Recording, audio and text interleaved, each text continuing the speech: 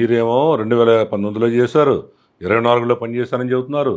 మరి మిమ్మల్ని నమ్ముకొని చేసిన కాపులు అసలు విషయానికి వద్దాం. 2024లో కూటమికి పనిచేయండి అని మీరు చెప్పిన మాట నిజం. మేము కూడా కొన్ని సాక్ష్యాలు మా దగ్గర ఉన్నాయి. మేము కూడా అప్పుడు కవరేజ్ చేసాం.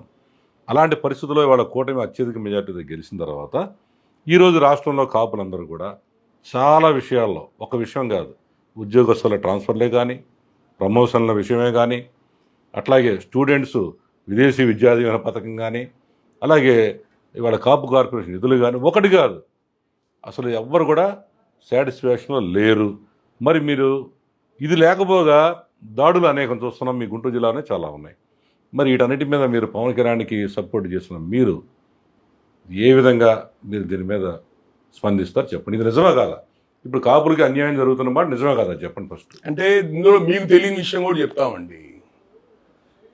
జగన్మోహన్ రెడ్డి అనే ఒక సునామీ తెలుగుదేశం పార్టీ మీద, కమ్మాస్ మీదకి వచ్చి పడిందండి.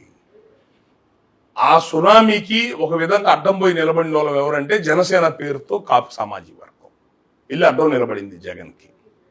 నిలబడి మొన్న ఎలక్షన్స్లో అందరం సహకరించి కూటమి ప్రభుత్వం, తెలుగుదేశం పార్టీ అధికారంలో రావడానికి ఉపయోగపడ్డాం.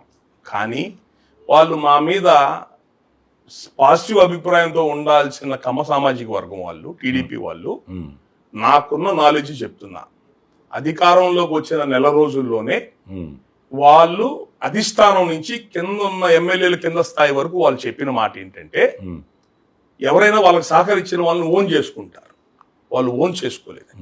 అతిపెద్ద జాతి విభజన జరిగిన ఈ రాష్ట్రంలో 2014లో వాళ్ళు వేస్తే గెలిచాము, 2019లో జగనే టర్నవటం వల్ల ఓడిపోయాము, మళ్ళీ 24లో మనం వేయటం వల్ల మళ్ళీ గెలిచాము.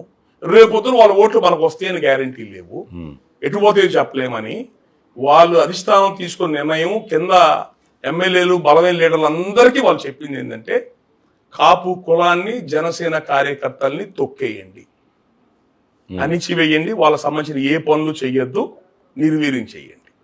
అదే ప్రస్తుతం రాష్ట్ర వ్యాప్తంగా జరుగుతుంది.